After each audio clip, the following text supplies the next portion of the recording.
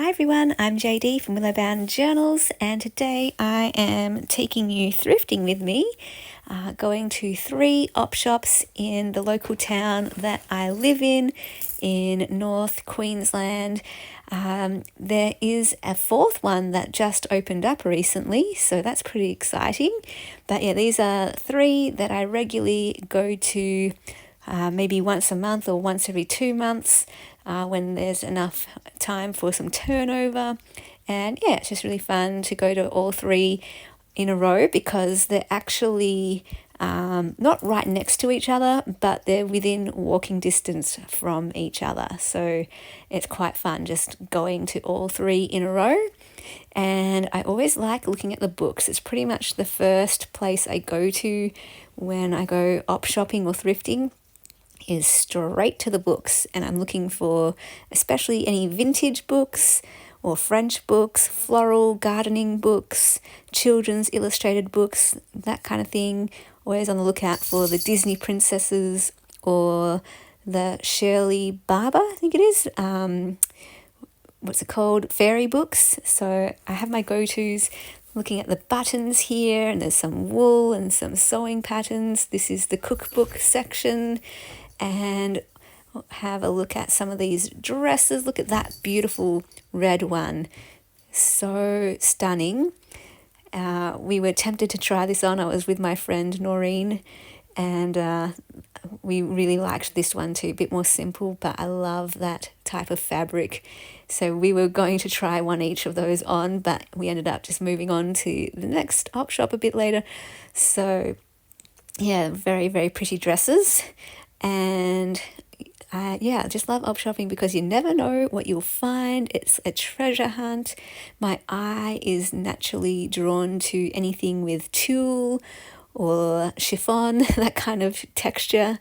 I absolutely love that sort of ballet, princess, fairy tale style. Here's another look at those dresses, and there was a blue one too with some lace on the top. So taking you around the shop a little bit here.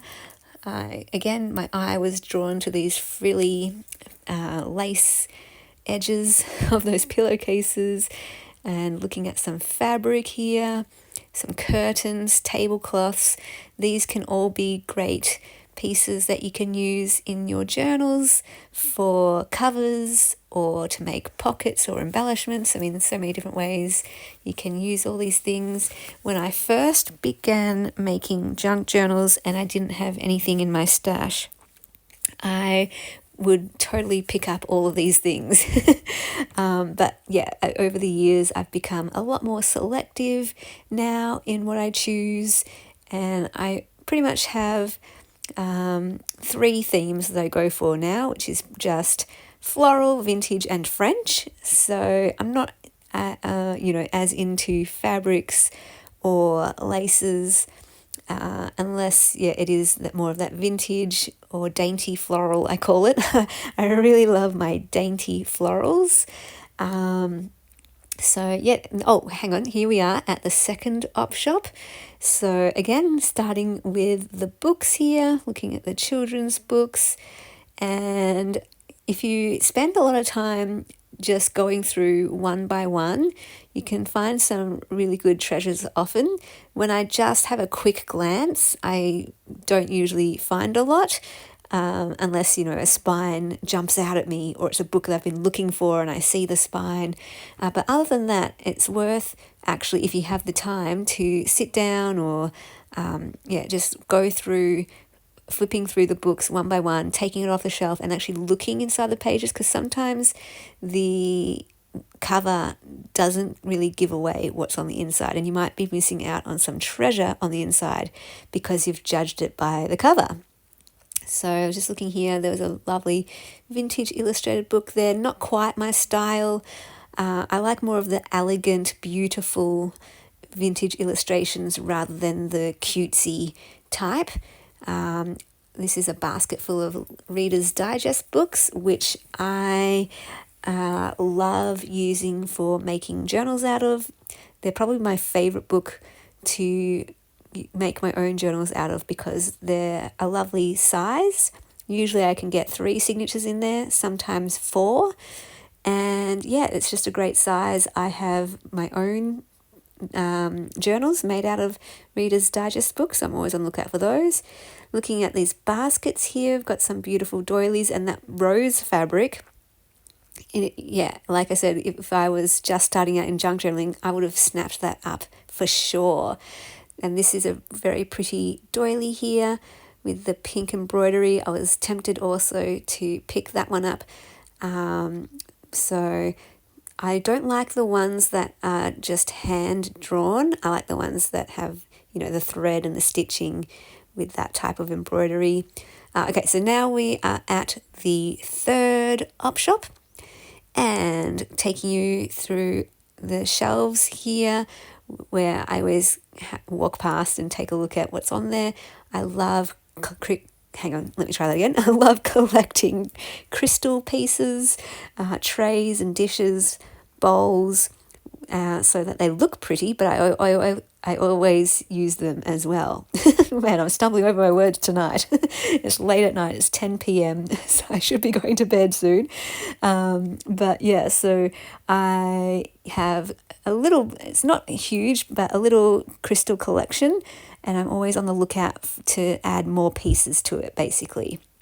And yeah, I love using them to actually hold things, like they all hold something. So always on the lookout too for some dishes, ceramic dishes, some china, hand painted perhaps with florals. I've never picked up anything myself yet, but I see other people's channels. They often will use little dishes to hold their ephemera or, I don't know, a stapler or something. And I think it looks so cute. I have to be very selective though, because I've got limited space and I already have my organization storage set up pretty much the way I like it, where every little square inch of space is sort of taken up by something. But yeah, it doesn't stop me from looking.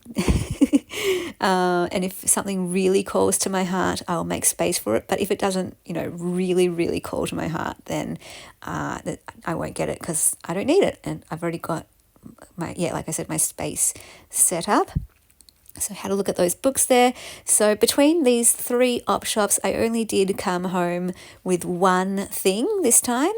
And it was a doily, an embroidered linen doily. And it was actually, I found it at the very entrance of this particular shop. And if I hadn't looked to my left, I would have missed it completely.